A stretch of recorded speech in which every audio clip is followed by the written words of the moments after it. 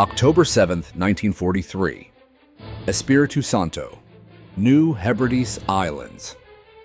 I am Seaman First Class Eugene Fluckey, Supply Officer aboard the USS LST-449. Sweat beads on my brow as I check the anchored cargo net, its ropes taut under the weight of crates bound for Guadalcanal.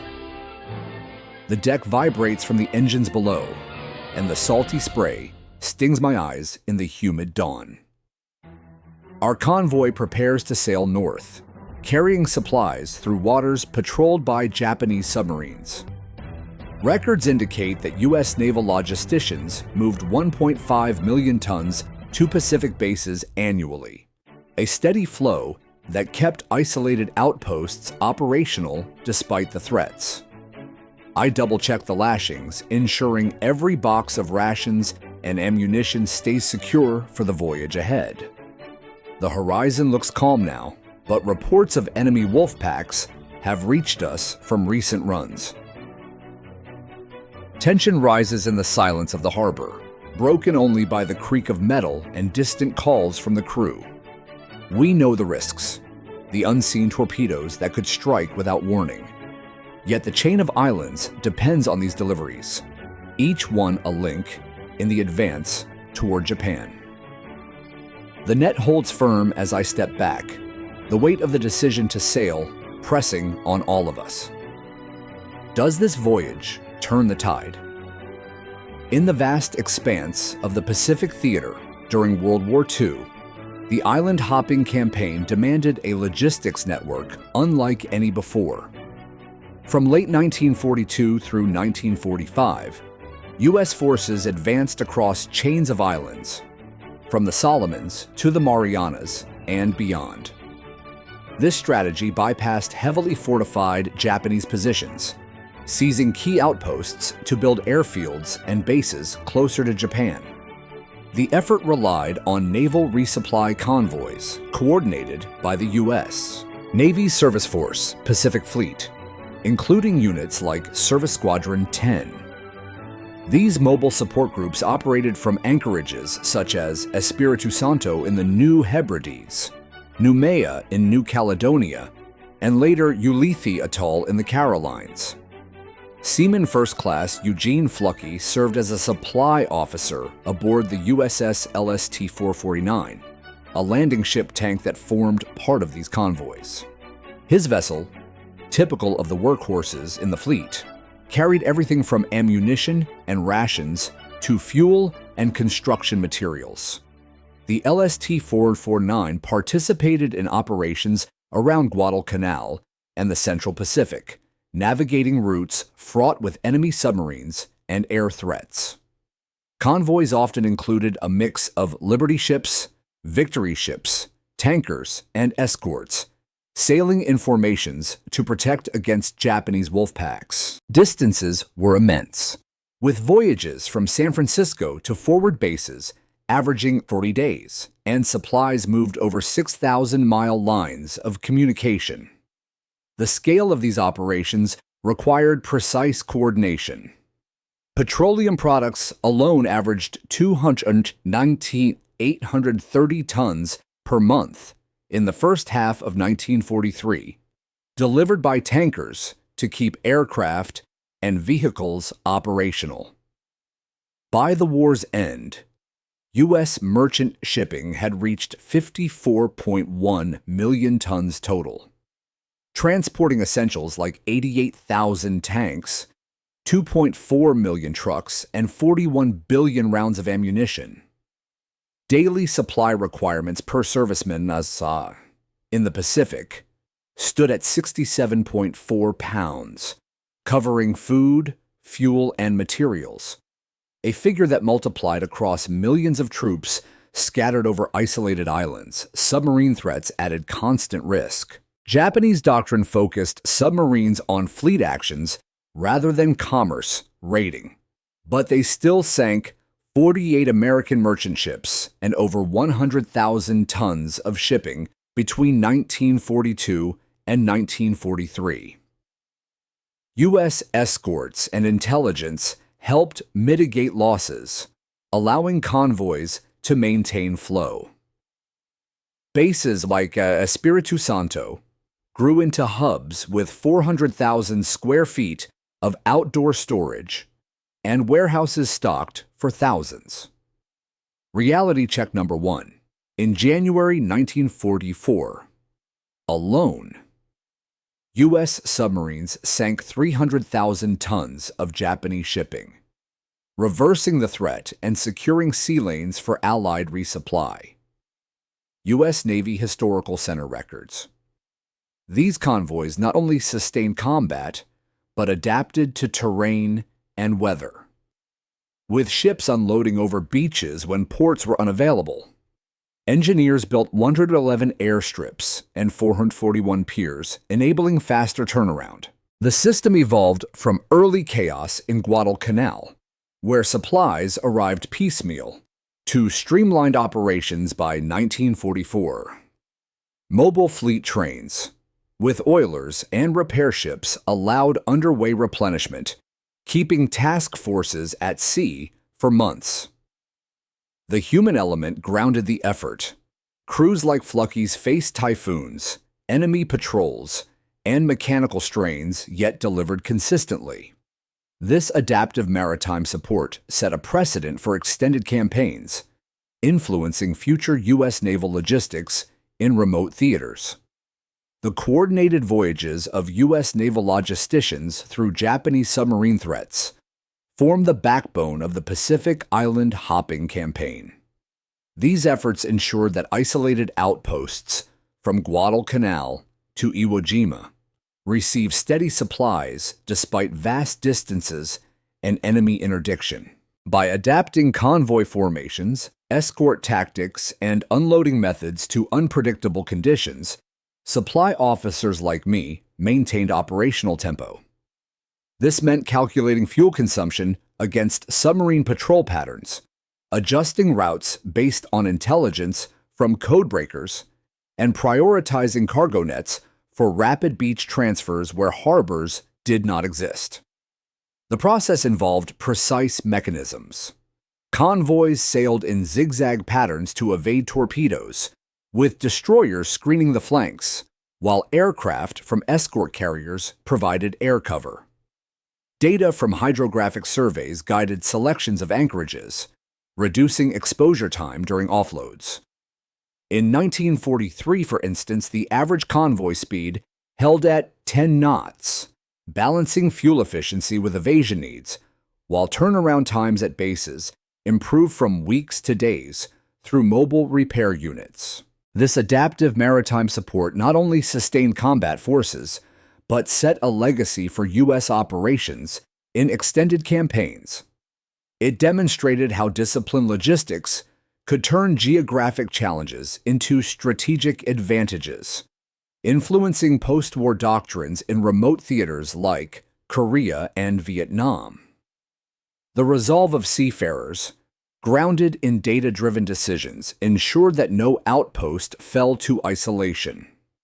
Subtle tension lay in each calculation, where a missed metric could delay an assault or expose a fleet. Yet the system's resilience, built on American ingenuity, proved that coordinated supply lines could outlast threats, shaping naval power for generations. The sea rolled under us as the USS LST-449 steamed out of Espiritu Santo Harbor. October 7th, 1943. I stood on the deck, hands gripping the rail, the anchored cargo net swaying gently beside me. It held crates of sea rations, 105mm shells, and aviation fuel drums, all lashed tight for the run to Guadalcanal. The air smelled of diesel and salt, thick with humidity that clung to my uniform. Our convoy formed up, 6 LSTs like ours, flanked by 2 destroyers and a pair of corvettes. The lead ship signaled with flags, and we fell into line, engines throbbing in rhythm. I checked the manifest again in the dim light of the supply office below deck. As supply officer, I tracked every ton. We carried 500 tons this trip, enough to sustain a battalion for a week. The weight pressed on the hull, making us ride low in the water. "Submarine country ahead," the skipper had said during briefing. Japanese I-boats patrolled the slot, that narrow passage through the Solomons. We zigzagged at 10 knots, course changes every 10 minutes to throw off any periscopes. By midday, the sun beat down, turning the deck into a griddle. I supervised the crew shifting some crates to balance the load. "Secure that net proper," I called to a seaman wrestling a rope. "Fiction." He nodded, sweat dripping from his brow. The tension built as we pushed north, the islands looming like shadows on the horizon. Lookouts scanned the waves, binoculars steady. A destroyer ahead dropped depth charges on a suspected contact, the booms echoing across the water. Water columns rose, white and foaming, but no oil slick followed. False alarm, maybe. Night fell quick in the tropics. Blackout rules meant no lights, just the phosphorescent wake trailing behind. I took my watch on the bridge, the anchored cargo net a dark shape against the stars. The radar operator hunched over his scope, green glow on his face. "Contact bearing 30, range 8 miles, he whispered. The skipper leaned in, voice calm. "Alter course to 270, increase to flank speed." Engines surged, the ship vibrating under my feet. Tension coiled in my gut as we waited, the sea hissing along the hull. Minutes stretched, no torpedo wake. The contact faded. I exhaled, wiping my face with a sleeve. We resumed course, but sleep evaded me below. The bunk creaked with the roll, thoughts on the outposts ahead. Guadalcanal's Marines needed these supplies, their airstrip at Henderson Field running low on fuel. One missed convoy, and the chain broke. Dawn broke gray, rain squalls sweeping in from the east. Visibility dropped to a mile. I climbed back to the deck, checking the cargo net again. Ropes held, but water sluiced over the crates. The crew pumped bilges, voices low. Mid-morning, the alarm sounded. General quarters. I grabbed my helmet, heart steady but alert. A lookout shouted, "Periscope sighted, starboard beam!" The destroyers peeled off, sonar pinging. Depth charges rolled overboard, explosions shaking the air. Water erupted, and this time, debris floated up. Wood, oil, a hint of wreckage. The convoy pressed on, no losses. Relief washed over us, subtle but real. By afternoon, we approached the unloading point off Lunga Point. Beaches crowded with landing craft. I directed the ramp down, the anchored cargo net swinging out over the side. Marines waded in, hauling crates through the surf. "Ammo first," I ordered. Fiction. A sergeant grinned, taking a box. Unloading took hours, the ship rocking in the swell. Enemy planes buzzed distant, but our KP from Henderson kept them off. As the last crate hit the sand, the weight lifted, not just from the ship, but from the mission. We had threaded the threat, delivered the goods. The outposts held another day. The turning point came on November 15th, 1943, during a resupply run to Bougainville. Our convoy had sailed from Espiritu Santo 2 days prior, loaded with 200 tons across the ships, artillery pieces, medical kits, and fuel for the Seabees building airstrips. The weather turned foul midway, with swells reaching 20 feet and rain reducing visibility to half a mile. I noted it in the log. Winds at 35 knots, course adjustments every hour to hold formation. Japanese submarines had adapted their tactics by then, shifting from lone hunters to coordinated packs after losses to our hunter-killer groups. Intelligence, from Pearl Harbor via decrypted messages, warned of I-175 and I-19 operating in the area. The skipper called all hands to stations as sonar picked up faint pings. Possible contact, bearing 180, the operator reported. Tension mounted on the bridge, the anchored cargo net creaking against the strain of the waves. We altered course west, but the storm played havoc with the escorts. One corvette fell back, her engines struggling in the chop. That's when the torpedo wake appeared, a white streak cutting through the gray sea. The lead LST took evasive action, but the hit came midships on a Liberty ship astern, 1,500 tons of cargo gone in minutes, flames licking the water despite the rain. Debris floated past us, crates, oil slicks, men in the water calling out. I directed the crew to lower boats, but the skipper shook his head. Can't stop the convoy. Signal the destroyer. Fiction. His voice stayed level, but his knuckles whitened on the wheel. We pressed on, the loss rippling through the formation. That sinking forced a reroute, adding 12 hours to the voyage and burning extra fuel. Our tanks dropped to 60%.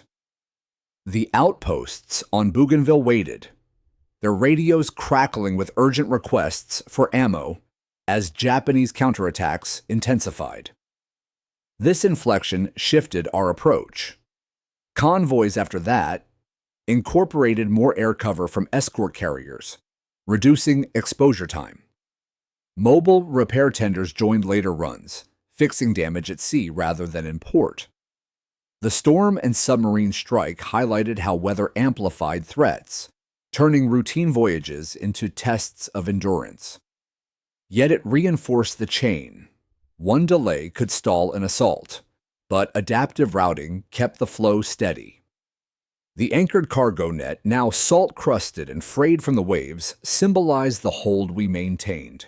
It swayed in the hold below, a reminder that resupply wasn't just movement, but a calculated push against the elements. The turning point came on November 15, 1943, during a resupply run to Bougainville. Our convoy had sailed from Espiritu Santo 2 days prior, loaded with 1,200 tons across the ships, artillery pieces, medical kits, and fuel for the Seabees building airstrips. The weather turned foul midway, with swells reaching 20 feet and rain reducing visibility to half a mile. I noted it in the log. Winds at 35 knots, course adjustments every hour to hold formation. Japanese submarines had adapted their tactics by then, shifting from lone hunters to coordinated packs after losses to our hunter-killer groups. Intelligence from Pearl Harbor, via decrypted messages, warned of I-175 and I-19 operating in the area. The skipper called all hands to stations as sonar picked up faint pings. Possible contact. Bearing 180, the operator reported. Tension mounted on the bridge, the anchored cargo net creaking against the strain of the waves. We altered course west, but the storm played havoc with the escorts. One corvette fell back, her engines struggling in the chop. That's when the torpedo wake appeared, a white streak cutting through the gray sea. The lead LST took evasive action, but the hit came midships on a Liberty ship astern, 500 tons of cargo gone in minutes, flames licking the water despite the rain. Debris floated past us, crates, oil slicks, men in the water calling out. I directed the crew to lower boats, but the skipper shook his head. Can't stop the convoy. Signal the destroyer. Fiction. His voice stayed level, but his knuckles whitened on the wheel. We pressed on, the loss rippling through the formation. That sinking forced a reroute, adding 12 hours to the voyage and burning extra fuel. Our tanks dropped to 60%. The outposts on Bougainville waited, their radios crackling with urgent requests for ammo as Japanese counterattacks intensified. This inflection shifted our approach. Convoys after that incorporated more air cover from escort carriers, reducing exposure time. Mobile repair tenders joined later runs, fixing damage at sea rather than in port. The storm and submarine strike highlighted how weather amplified threats, turning routine voyages into tests of endurance. Yet, it reinforced the chain. One delay could stall an assault, but adaptive routing kept the flow steady. The anchored cargo net, now salt-crusted and frayed from the waves, symbolized the hold we maintained. It swayed in the hold below, a reminder that resupply wasn't just movement, but a calculated push against the elements. A common myth about Pacific resupply convoys holds that they succeeded mainly through overwhelming American naval firepower, with escorts easily brushing aside Japanese submarines. This overlooks the coordinated intelligence and adaptive tactics that truly sustain the flow. Memoirs from convoy commanders, like those in Admiral Samuel Eliot Morrison's History of United States Naval Operations in World War II, reveal a different reality. Submarines posed a persistent threat, sinking over 200,000 tons of Allied shipping in the Pacific during 1943 alone, according to U.S. Navy records. The fact is, success stemmed from integrated systems. Code breaking via magic intercepts provided advance warnings of submarine positions, allowing reroutes that avoided 70% of potential engagements. Escort screens used sonar and hedgehog projectors, but the real edge came from hunter-killer groups formed after mid-1943, which accounted for 45 Japanese submarines sunk in the Solomons area by year's end. Evidence from the Naval Historical Center suggests that without these adaptations, supply lines could have faced delays of weeks, stalling island advances. This myth simplifies the craft involved: load calculations, weather routing, and radio silence drills that kept convoys moving. It diminishes the discipline of crews who turned data into decisions, a legacy seen in modern naval logistics. February 12, 1944. Ulithi Atoll, Caroline Islands. The USS LST-449 anchored in the lagoon, the water calm after weeks of rough seas. I leaned against the rail, the anchored cargo net dangling over the side, its ropes frayed from constant use and crusted with salt from the last run. We had pushed through the Central Pacific now, part of the fleet train supporting the push toward the Marianas. The air carried the scent of diesel and coral, mixed with the faint rot of low tide. Our hold was half empty after unloading at Kwajalein, but we reloaded fast. Crates of .50 caliber ammo, jerry cans of diesel, and medical supplies for the Marines digging in on the atolls. The skipper gathered us on deck for briefing. Intel says subs are thick around here. I-41 spotted last week. His words hung in the humid air. I checked the manifest. 800 tons inbound from Pearl, enough to fuel a carrier group's sortie. The net swung as the crew hoisted more crates, chains rattling in the quiet. Tension simmered below the routine, eyes glancing at the horizon where Japanese patrols could lurk.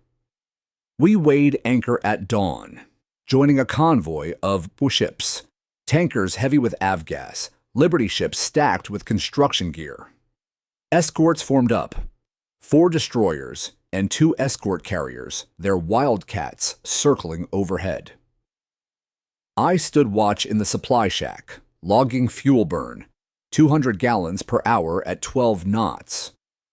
The sea rolled gentle, but reports from the bridge crackled over the intercom.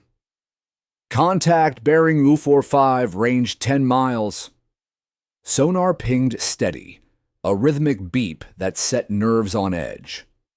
The anchored cargo net creaked as waves slapped the hull. I stepped out, scanning the water. A destroyer ahead accelerated, dropping ash cans, depth charges that boomed underwater, sending vibrations through our keel. Water fountained up, white and churning. No wreckage this time. We zigged left, course change unannounced to throw off any trailing subs.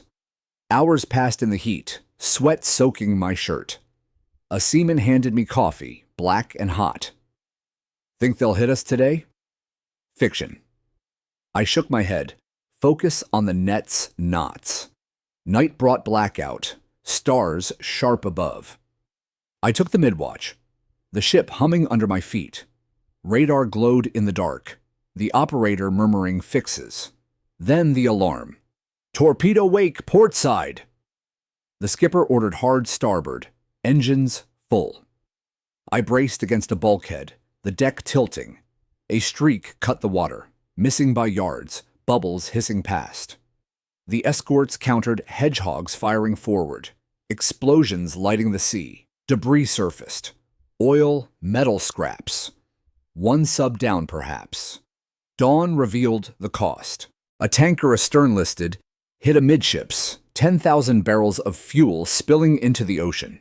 Flames licked her deck, black smoke rising. We couldn't stop. The convoy pushed on. I directed salvage from what we could, the anchored cargo net lowered to pull in floating crates. Hands worked quick, hauling wet boxes aboard. The loss meant rationing at the next outpost, but we adapted, rerouted loads to cover gaps. By midday, we reached the anchorage at Eniwetok. Ramps down, the net swung out again, unloading in shifts. Seabees waded in, grabbing supplies for their bulldozers. Thanks for the run, one said, taking a crate, fiction. The weight lifted as cargo cleared, but the strain lingered, the close call fresh in mind. We had threaded another needle, supplies flowing despite the hit. The outposts strengthened, one delivery at a time. The anchored cargo net, now empty and still, hung as a quiet reminder of the hold we kept.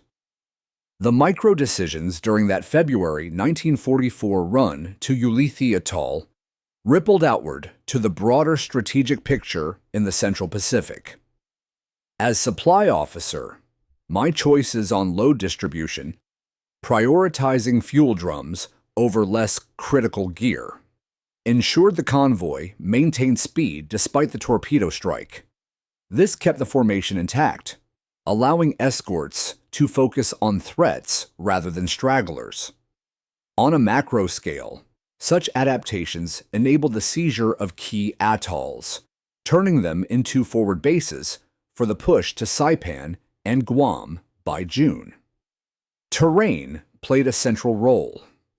The Carolines' scattered islands offered hidden anchorages, but also funneled convoys through narrow passages ideal for submarine ambushes. We navigated by dead reckoning when clouds obscured stars, using depth soundings to skirt reefs, echoes every 15 minutes to map the bottom. Weather factored heavily. Trade winds at 20 knots pushed us along, but stirred swells that masked periscope wakes. Communication relied on short-burst radios to avoid detection, with codes from the fleet's signal book dictating course changes. Logistics tied it all. Each LST like ours burned 4,800 gallons of diesel per day at cruising speed, a calculation I ran hourly to ration reserves after the tanker's loss. This connected to the island-hopping doctrine. Micro-level evasion tactics, like the zigzag patterns we employed, reduced overall convoy losses to under 5% in the Central Pacific by mid-1944. Macro effects showed in the buildup for major assaults.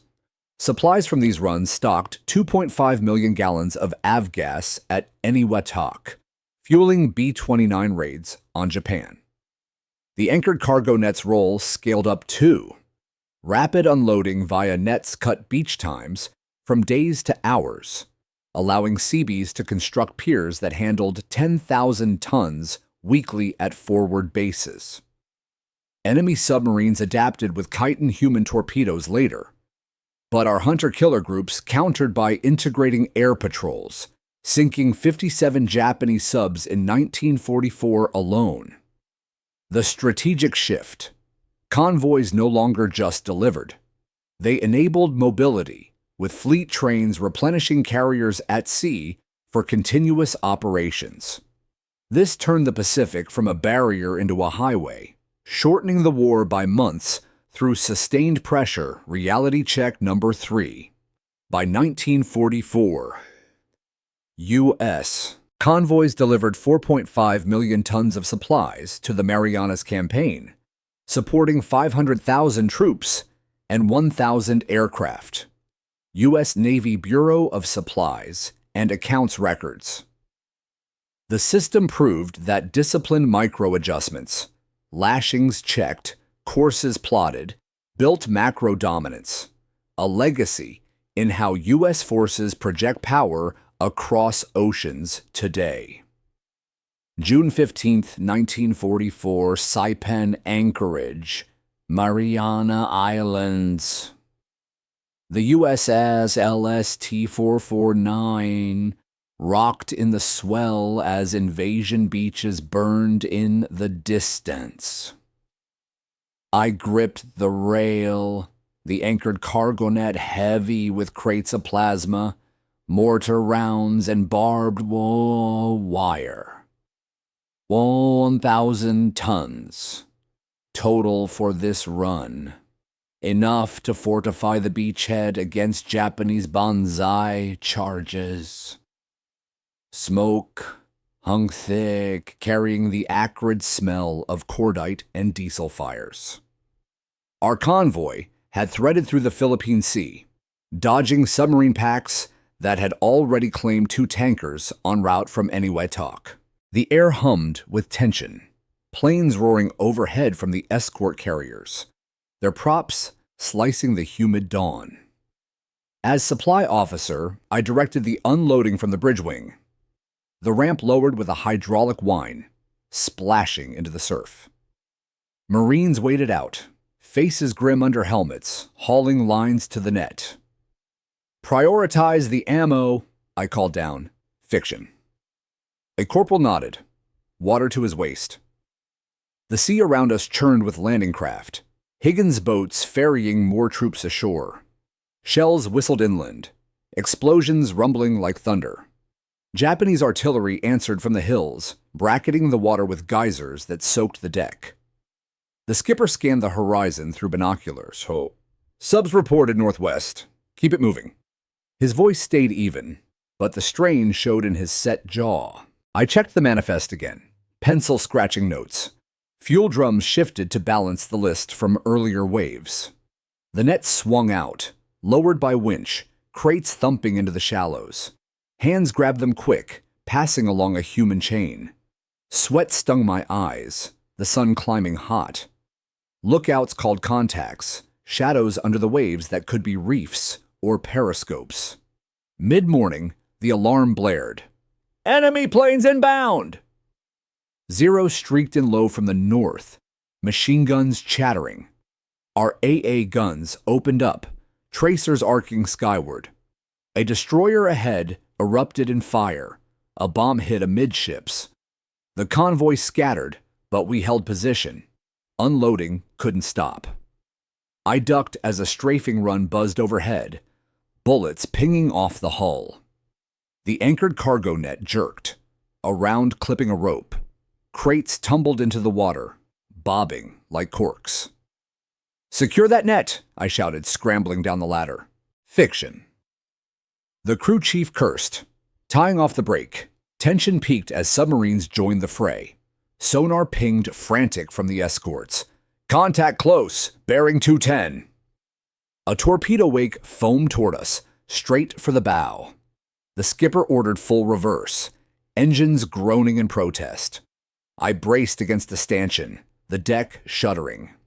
The wake passed close, exploding harmlessly beyond. Depth charges rolled from the rails of a nearby destroyer, booms shaking the air, water columns rising high. Oil slicked the surface, wreckage floating up. Twisted metal, a periscope bent.